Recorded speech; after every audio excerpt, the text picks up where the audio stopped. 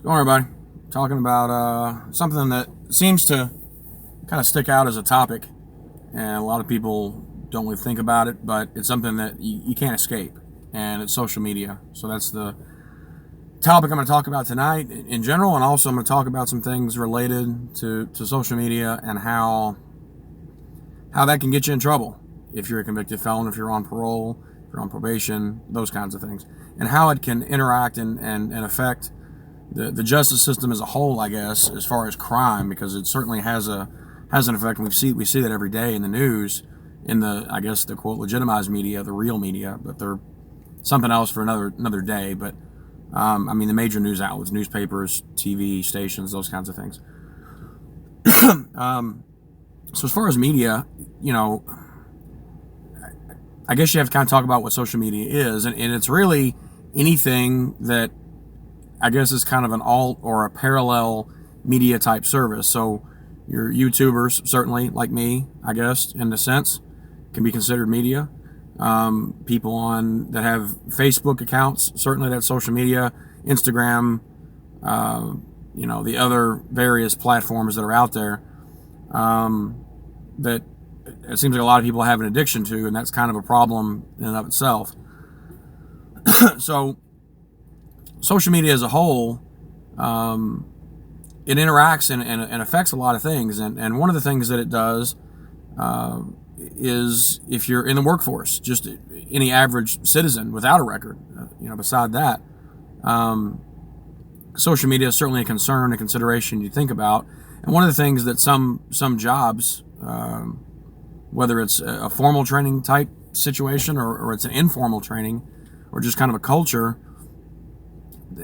or just something the person takes on their own initiative, is to kind of sterilize or clean the social media presence. So, that picture that you shared 5 years ago of you totally drunk may not be the most flattering thing for a potential employer to see, or if you try to get a job that has a security clearance requirement, that may not be the best thing for them to see. So there are certainly programs and things you can do to kind of clean that up, to clean that history up, as it were, that browser history almost. And that's something that can become important later on in life, as you get older and more mature, certainly. When you're younger, you seem to kind of post a lot of things that may not be so important, or may be questionable, objectionable, religious or politics based. Certainly people have their platforms and take their stands and their positions, but that shouldn't really get in the way of other things you may want to do. And it can. It's unfortunate, I think. I tend to believe in all the amendments of the Constitution, but certainly among those mainly is your right of free expression and free speech. That doesn't apply to companies, though. It applies to government control or action. So that's where it gets kind of weird. But companies, certainly, when they do background checks, they do take a social media survey, I guess, and kind of look at your profiles and see what your stances are. There was a recent case where a police officer in Indiana, he was fired 5 years after a few months after he started. He was still within the first year being a probationary officer, but 5 years before that, he had made a post, I believe it was on Facebook, and it mentioned some things that were questionable to the department, and so they found it after the fact, after they'd hired him. He went through the academy and became an officer. They found it, and they fired him. There was some racial epithets and Nazi type ideas that were on that post, and they couldn't have that. So that's one example of how your social media presence can certainly affect you later on in life if you're of that opinion. I'm not saying that opinion's right, but it's your opinion to have. So where social media comes into play with people that have a record or that are on parole, supervision, probation, different states call it different things. I know Ohio calls it PRC, post release control. Any kind of control by the government, I guess, because of a wrong that you have done, probation, etc., diversion, drug court, whatever. Your social media is going to be certainly monitored and affected by that. And people are surprised to learn that the majority of states, federal government included, in that they do have, some places have an informal type process. Other states, it's very formal and it's very direct, and they're looking for certain things on people's profiles and pages. You would not believe the amount of people, and I've looked into this, I've looked at stories about this specific topic, and there's a lot of stories that'll come up. People that are on parole or probation, typically one of the requirements of that is that you can't leave the state.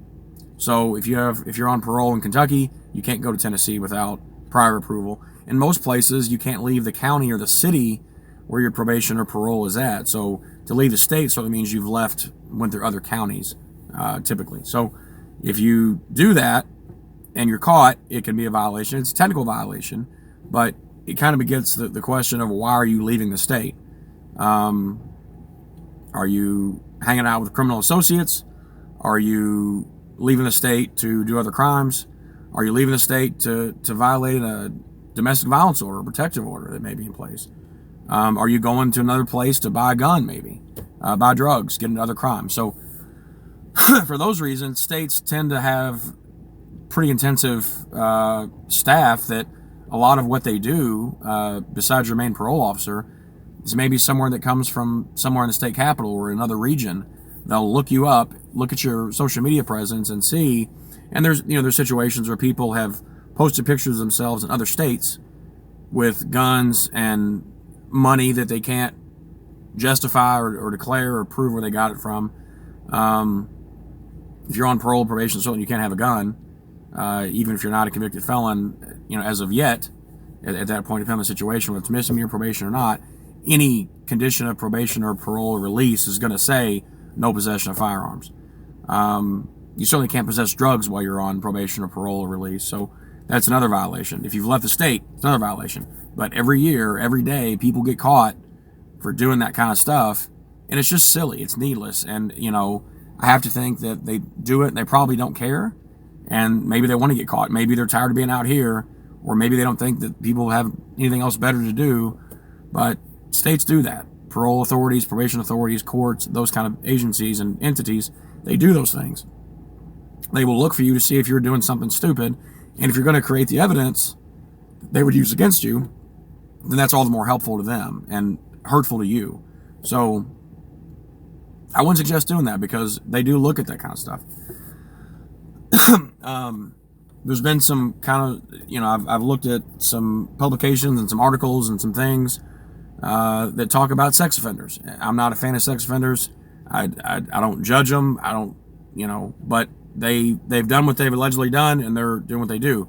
But I know one thing typically is that they tend to have a condition of release where they can't have a device that accesses the internet, period. So cell phones, and they're subject to certainly when you're on parole, probation, subject to warrantless checks. It's very hard to totally obliterate an electronic device.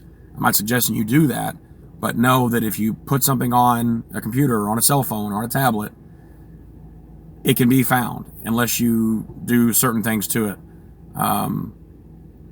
It can be found. Just because you think you deleted it doesn't mean that it's deleted. It can be found by the right person. And if they want to find that information, then they're going to find it. So there's a ongoing debate, I guess, in certain court cases that I've looked at and articles that I've read that talk about whether or not it's constitutional to disallow someone from getting on the internet, period. Now, can you narrow that and say that they can't go to suggestive sites or websites? Sure.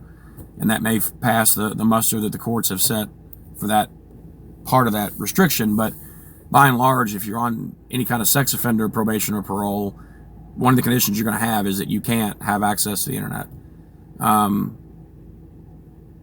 It's communication, it's networking, and it's also looking at images that no one should look at, that you may look at and get in trouble for. So social media, it's a good thing in the sense that it allows people to connect with other people, with high school classmates. I graduated high school in 2001. I really don't want to talk to anybody from 19 years ago. I just don't have any interest or desire to do that. I don't. You live your life and you move on. You don't talk to them anymore. There's some people from high school that I still do talk to, and I talk to them on the phone, but also through social media, pages and accounts that I have. If they live, before long distance was an issue with cell phones, that MySpace and the predecessors, things like that, Facebook when it first started was kind of more of an important tool. But with Facebook and Google video calling and those kinds of things, it doesn't cost you anymore to have a video call with someone, and it's real time. So those are the good things that come with it. The bad things are that you can put something on there one day and then the next day you get fired, and you really don't have anywhere to go about that. Now, I know during the last several months there's been a lot of racial tension across the country, and officers have gotten in trouble for across the country, not just here in Louisville, but certainly here in Louisville where I'm at. Officers have been fired, they've resigned. It happens everywhere that an officer puts something on a social media platform. The problem with that is that typically when they sign the whatever to become an officer, that's one of the things that they agree to and submit to is that restriction of their constitutional right to express themselves and to have free speech. So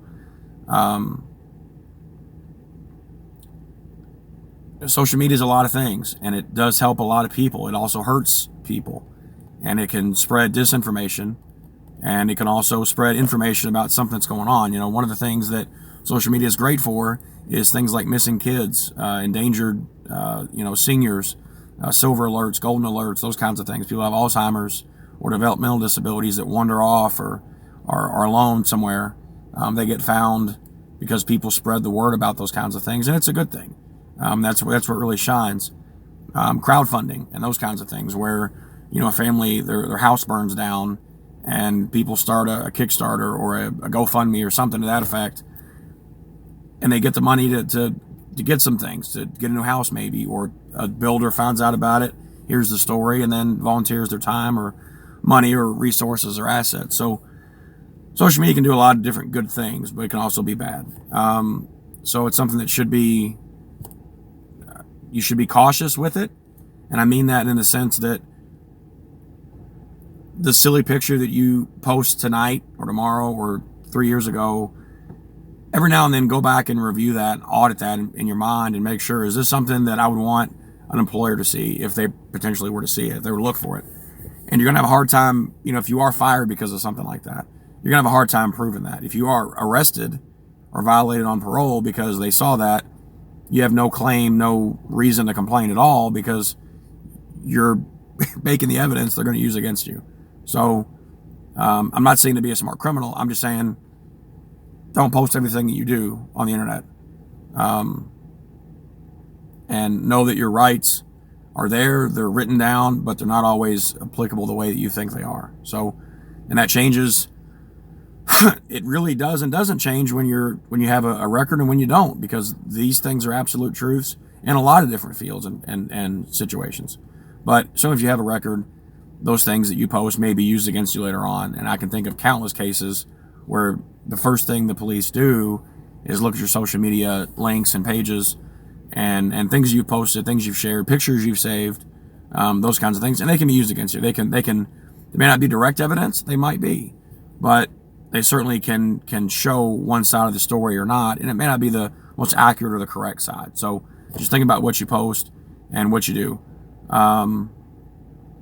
That's really all I have for tonight. So it's coming up on the new year, on 2021. Hopefully we can leave this year behind and all the misery and all the sad news that we've had in 2020, and maybe we'll look and maybe hindsight really will be 2020. So everyone take care of yourselves and others and be careful. Thanks.